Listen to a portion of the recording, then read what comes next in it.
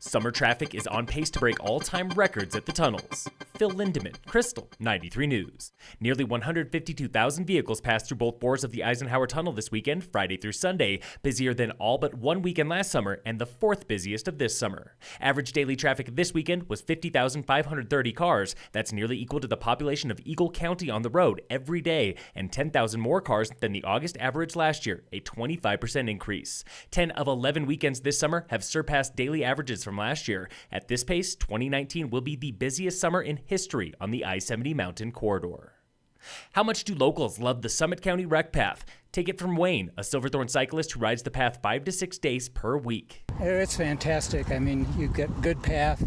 People generally behave pretty well on the path, so it makes it a real joy. Or take it from Olaf Hedberg, head coach for Summit Nordic Ski Club, training athletes year-round on more than 50 miles of path. On the scale 1 to 10, it's a 10. It's like one of the best features of Summit County for us as a ski club. Summit County estimates upwards of 100,000 people are on the rec path every month in summer, but they do not know what areas or activities are most popular. Help the county learn more about the rec path with a new user study. It's the first of its kind, telling officials what you do on the path for big decisions on permits and funding. Find that study online now at summitcountyco.gov.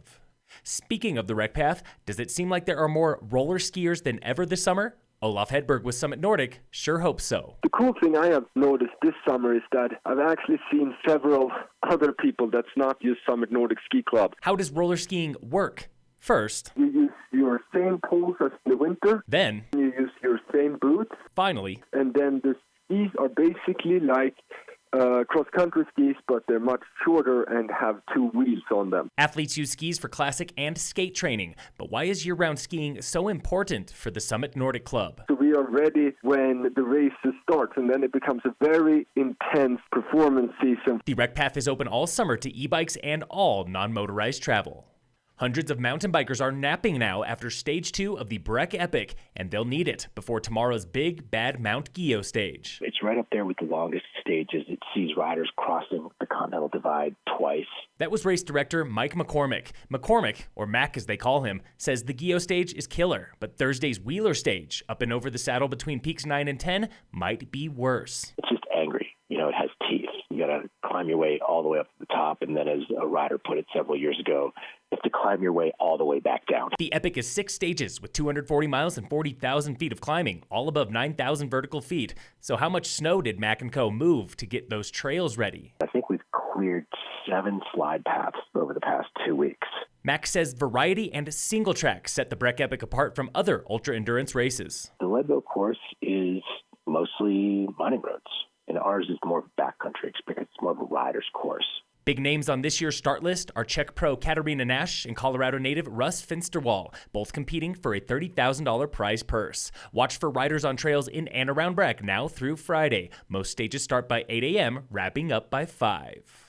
Down south in Leadville, 1,500 ultra-endurance mountain bikers were in town for the one-day Leadville 100, where defending champ Howard Grotz of Durango held onto his title, winning the overall race in 6 hours, 19 minutes, 18 seconds. Just behind him was teenager Quinn Simmons of Durango and former pro road cyclist Lachlan Morton of Australia. Rose Grant of Montana took the women's title in 7 hours, 36 minutes, 6 seconds. Next weekend is the big Leadville 100 trail run.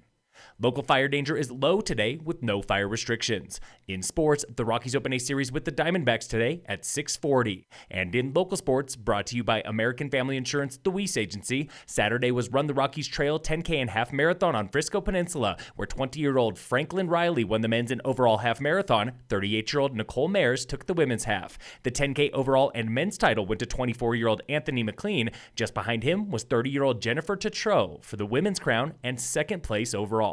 Also Saturday at A Basin was the Cirque Series, a 6.8-mile trail run with nearly 2,000 feet of elevation gain, where Joseph Gray of Colorado Springs won the men's and overall title in 50 minutes, 38 seconds. Anna Mae Flynn of Marble took the women's title in 1 hour, 1 minute, 52 seconds. Phil Lindemann, Krystal, 93 News.